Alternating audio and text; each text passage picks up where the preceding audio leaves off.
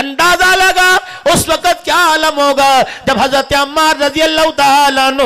مکے کے کافروں کے ہاتھوں سے پٹتا ہوگا، ابو جہل کے درے پڑتے ہوں گے، امیہ آ کر پیر باندھ باندھ کے مارتا ہوگا۔ رحمت عالم صلی اللہ تعالیٰ علیہ وسلم کا گزر ہوا، حضرت عمار نے مکھڑے مصطفیٰ دیکھا، رخ انور کی زیارت کی، آپ نے اونکھی نائی کی، آنکھوں میں آنسو آ گئے۔ آپ نے فرمایا میرے عمار بتا تجھے درد ہو رہا ہے؟ کہ کملی والے درد تو چھوڑو، اس وقت اتنا بتا دو کہ اللہ میرے حال کو دیکھ رہا ہے۔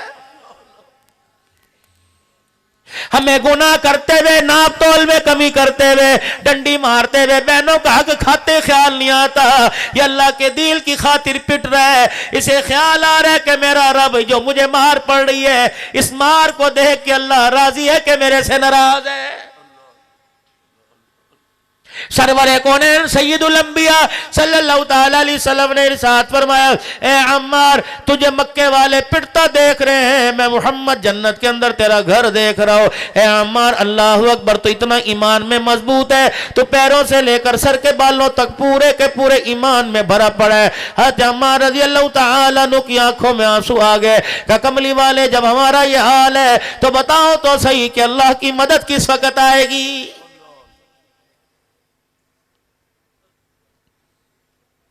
سیدہ سمیہ رضی اللہ تعالیٰ عنہ کہتی ہیں میرا دروازہ کھٹکھٹایا گیا، میں نے دروازہ کھولا، عاص بن وائل سامنے کھڑا تھا، مکے کے سارے سردار سامنے کھڑے تھے، کسی نے میرے ادب سے میرے سے نہ پوچھا، کسی نے میرا ہاتھ نہ پکڑا، میں 70 سال کی بڑھیا کو بالوں سے گھسیٹتے مکے کی چوک میں لے آئے، گائے کی کھالیں ان کے پاس تھی، ہر ایک نے میرے خاندان کو مجھ سمیت گائے کی کھال پہ لٹا دیا، پھر بڑے بڑے سوؤں سے دھاگوں سے اس کھال کو باندھ دیا، سی دیا، پھر جب پورے عرب کے اندر دھوپ چھا گئی، کھالوں سمیت میں اٹھا کر پہاڑوں کی چوٹیوں پہ رکھ دیا، پتھر جو جو گرم ہوتا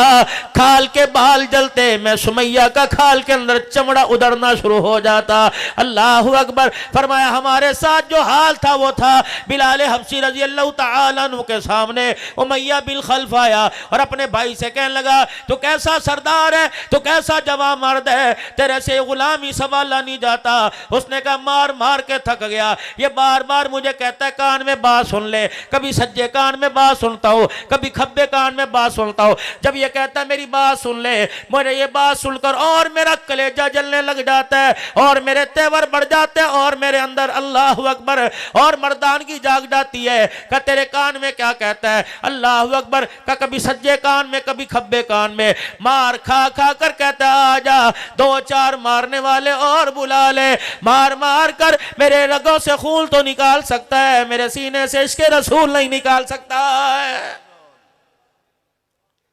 ان کو جواب نہیں دینا قیامت کے دن؟ کیا کریں جی، پیسے کا مسئلہ، نوکری کا مسئلہ، کیا کریں؟ یہ انہوں نے بیڑا غرق تو کر دیا ہمارا۔ روٹی کپڑا مکان، روٹی کپڑا مکان سنتے آئے، سنتے قبروں میں چلے گئے، کب تک اس کے پیچھے دھوکے کھاتے رہو گے؟ امیہ کہنے لگا بلال تیرا علاج میں کروں گا۔ اللہ اکبر، کیا علاج کرے گا؟ اتنی سی رسی لے کے آیا، ایک سرا بھائی کو پکڑا دیا، دوسرا سرا بلال کی گردن کے نیچے ڈال کر بل دے دیا، ایک سرا میرے عزیزو اپنے بھائی کو پکڑا دیا۔ حضرت بلال کہتے ایک نے میرے اس کلے پر یہاں پیر رکھ دیا، دوسرے نے میرے یہاں پیر رکھ دیا، پھر پیر کا زور لگا لگا کر رسی کو کھینچتے، جو جو جھٹکے دیتا بلال کی زبان باہر آنے لگ جاتی، بلال کی آنکھوں سے پانی آنے لگ گیا، حضرت بلال کو اتھو چڑھ گیا، کھانسی ہو گئی، بلال رضی اللہ تعالیٰ عنہ کی سانس بحال نہ ہوئی۔ سارے مکے کے سردار کہنے لگے بس کر، تمہیں ترس نہیں آتا، اس کے آنسو بتلا رہے ہیں، یہ ہار مان گیا۔ بلال حبشی رضی اللہ تعالیٰ عنہ نے فوراً اپنے سانسوں کو صاف کیا، فرمانے لگے غلام محمد ہو کفر کے سامنے ہار جائے یہ ہو نہیں سکتا، یا غلام محمد نہیں ہو سکتا۔ امام الانبیاء صلی اللہ تعالیٰ علیہ وسلم کو حضرت بلال رضی اللہ تعالیٰ عنہ کی خبر ملی، آپ تشریف لائے اور بلال کی حالت کو دیکھ کر نبوت کی آنکھیں برس پڑی،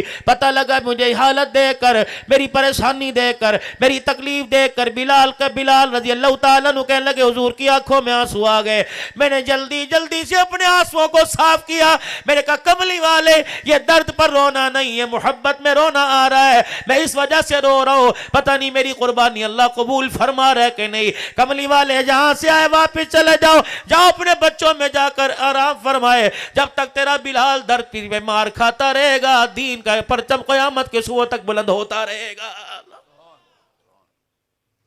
یہ آج انہی کی قربانیوں کی برکت سے اللہ نے مدارس دینیہ کا نظام قائم کیا، ورنہ کیا مولانا یاسین صاحب جب اس بزرگی کے عالم میں ان کی طاقت تھی کہ اتنا بڑا ادارہ چلائے، یہ سارے کے سارے اپنے اپنے ادارے کے مدیر بیٹھے ہیں، کیا ہمارے اندر طاقت ہے؟ ہماری تو تنخواہ کا بجٹ پورا نہیں ہوتا، ہمارے تو بچوں کا خرچہ پورا نہیں ہوتا، لیکن دنیا والوں ناراض نہ ہونا، تمہیں لاکھوں میں سکون نہیں آتا، پروردگار عالم نے 10,000 کے اندر اتنی برکت عطا فرما دی، اللہ بچوں کے بھی التزام فرماتا ہے، بیٹیوں کی ڈولیاں بھی اٹھوا دیتا ہے، اللہ اپنے گھر کی حاضری عطا فرماتا ہے۔ ہمیں جس چیز کا تجربہ ہے ہم وہ چیز آپ کے سامنے رکھیں گے، ہمیں ایٹمی طاقت کا تجربہ نہیں، ہمیں دکان کا تجربہ نہیں، ہمیں کپڑے کی مارکیٹ کا تجربہ نہیں، ہمیں کاروبار کا تجربہ نہیں۔ آ جاؤ اس فیلڈ میں، آ جاؤ اس لائن میں، آ جاؤ، اپنے گھر کے سارے نہ صحیح ایک بچہ ایک بچی مدرسے میں اللہ کے قرآن کے لیے وقف کر دو، نسلیں اللہ کی قسم فائدہ اٹھائیں گی، نسلیں خوشحال ہو جائیں گی، گھر بھی بن جائے گا، دنیا آخرت بن جائے گی۔ اللہ اکبر۔ آج آپ کا یہاں آنا اللہ اس ادارے کے لیے، آج آپ کا آنا اللہ ہمارے ایمان کی ترقی کے لیے، آج آپ کا یہاں آنا ملک پاکستان کی خوشحالی کے لیے، آج آپ کا یہاں آنا اس ادارے کے معاونین بننے کے لیے، اللہ اپنی بارگاہ عالی میں قبول و منظور فرمائے۔ میرے پیاروں وقت نہیں ہے، دیر ہوتی جا رہی ہے، عصر کا وقت قریب آتا جا رہا ہے، عصر کا وقت جا رہا ہے، مغرب کا وقت قریب آتا جا رہا ہے، اکابرین بیٹھیں گے، اکابرین بیٹھے، بس یہی اپنی بات کو ختم کروں گا۔ اللہ کی عزت کی قسم، کامیابی ملے گی تو یہی ملے گی، زندگی کا مال و متاع ملے گا تو یہی ملے گا، قیمتی سرمایہ اللہ نے دینی اداروں میں چھپا رکھا ہے۔ آ جاؤ، ان کی برکات کو، ان کے فیوز و برکات کو اپنے گھروں کے اندر لے جاؤ۔ کوئی بچہ قرآن کا حافظ بنا لو، کوئی بچہ داعی بنا لو، کوئی بچہ عالم بنا لو، کسی بیٹے کو قرآن کا نوکر بنا دو، یقین جانو اللہ دنیا میں بھی عزت عطا فرمائے گا، آخرت میں بھی عزت عطا فرمائے گا۔ اب کسی کے دل کے اندر یہ بات ہو کہ مولوی صاحب میرے اولاد کوئی نہیں،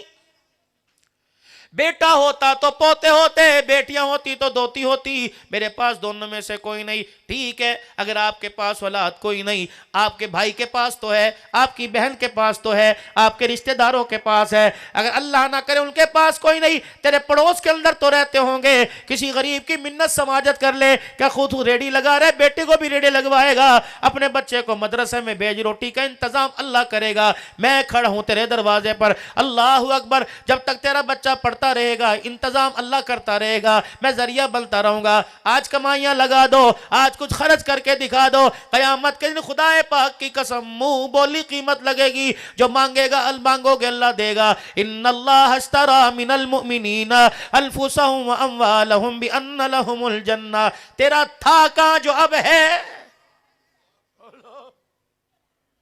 تیرا تھا ہی کہاں جو آج کہتا ہے میرا میرا، تیرا تھا ہی کہاں؟ یہ تو دنیا میں آنے سے پہلے تو میرے ہاتھ پر بیچ کے آ گیا ہے، وعدہ نہیں کر کے آیا تھا دنیا تیری جنت میری، میں نے انکار کیا تھا، آج کہتا ہے جنت تیری دنیا میری۔ جب تو اپنے وعدے کے خلاف کرے گا، حکومتوں سے بغاوت کرے گا، حکومت سامنے آئے گی، فوج سے بغاوت کرے گا، فوج سامنے آئے گی، بھائی سے بغاوت کرے گا، بھائی سامنے آئے گی، انتظامیہ سے بغاوت کرے گا، انتظامیہ سامنے آئے گی۔ او میرے بندے، میرے سے بغاوت کر کے تو دنیا کی زندگی میں سکون پائے ہو نہیں سکتا۔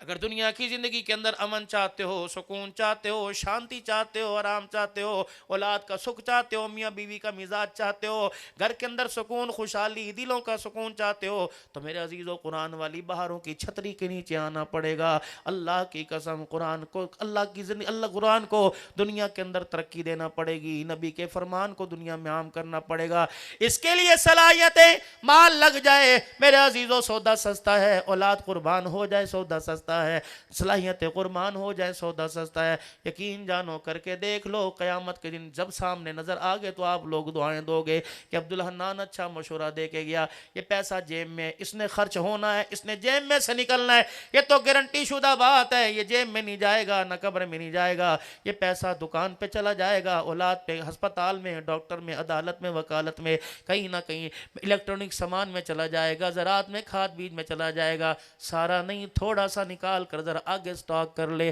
اللہ اکبر، کام آئے گا، آگے ذرا بھیج دے، قبر میں کام آئے گا، میدان معاشر کی شرمندگی سے بچنے کے کام آئے گا، اللہ کے سامنے سرخروئی کا ذریعہ بننے کے لیے کام آئے گا، کامیاب ہو کر جنت الفردوس میں بہکتے ہوئے جانے میں کام آئے گا۔ سارا مجمع اللہ کے دربار میں سچے سچے دل سے معافی مانگے اور 3 مرتبہ اپنے گناہوں پر نادم ہو۔ علماء اکرام دعائیں کریں، آپ سارے میں اللہ سے معافی مانگے، زور سے 3 مرتبہ کہہ دو یا اللہ میری توبہ، پھر کہہ دیجئے یا اللہ میری توبہ، پھر کہہ دیجئے یا اللہ میری توبہ۔ یا اللہ،